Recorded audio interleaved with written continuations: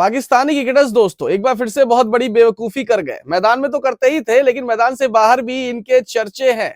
100 करोड़ का नुकसान कर लिया है। जी हां दोस्तों, पंजी स्कीम के अंतर्गत और नेटवर्क मार्केटिंग का आपने नाम सुना है। इस वक्त हमारे देश में बहुत ज्यादा वायरल हो रहा है। बड़ी बड़ी बातें, बड़ा पाव खाते जैसी कहानी है।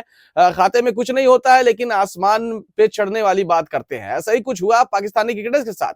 पंजी स्कीम के अंतर्गत एक बिजनेसमैन आया, इनसे बोला कि भैया पैसे जमा करो, लोगों को जोड़ो और पैसे बढ़ते जाएंगे। ऐसे में बाबर आजम, रिजवान, शाहीन अफरीदी और भी बहुत सारे दिग्गज खिलाड़ी पाकिस्तान के इस स्कीम के अंतर्गत जुड़ गए, क्योंकि ये बिजनेसमैन पीएसएल के अंतर्गत इनसे आया, बातचीत किया और बोला पैसे बढ़ते जाएंगे, नेटवर्क मार्केटिंग है, बहुत अच्छा खासा आपको रिस्पॉन्स मिलेगा। शुरू में पैसे मिले, फायदा हुआ तो इन्होंने और पैसे लगाए, अपने रिश्तेदारों को भी जोड़ा। मैं आपको बता दूं, सिर्फ क्रिकेटर्स ही नहीं जुड़े, इनके रिश्तेदार भी इसके अंतर्गत जुड़े और 100 करोड़ का फ्रॉड करके ये बिजनेसमैन देश छोड़ के चला गया।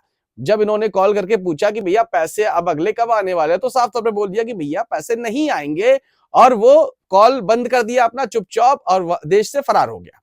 कुछ ऐसा ही हमारे देश में भी नेटवर्क मार्केटिंग में ये चीजें हो रही है। आप सब जानते हैं कि ऐप के थ्रू पैसा जोड़ते हैं, लोगों को जोड़ते हैं और फिर ऐप बंद हो जाता है, पैसा रुक जाता है, फ्रॉड करके विदेश भाग जाती है। ये सारे स्कैम्स विदेश से होते हैं दोस्तों, और इस फ्रॉड का शिकार क्रिकेटर बन गए पाकिस्तान के। अब पीसीबी इसकी जांच करने की बात कर रहा है, पर अब क्या ही जांच होगी जब फ्रॉड देश ही छोड़ के भाग चुका है। लेट्स सी दोस्तों आगे क्या होने वाला है। पर इस तरह की बेवकूफी अगर कोई आम जनता करती है तो समझ में आता है, लेकिन आप इतने बड़े दिग्गज हो, पाकिस्तान के लिए परचम हो। जैसे हमारे देश में भाई विराट कोहली का नाम है, वैसे पाकिस्तान में बाबर और रिजवान का नाम है। लेकिन ये भी ऐसी बेवकूफी कर जाएंगे, ये तो मुझे पता ही नहीं था। और उसके बाद भी अपने रिश्तेदारों को भी जोड़ रहे हैं और इनके साथ सारे पाकिस्तानी क्रिकेटर्स इसमें हिस्सेदारी लेके बैठे हुए हैं।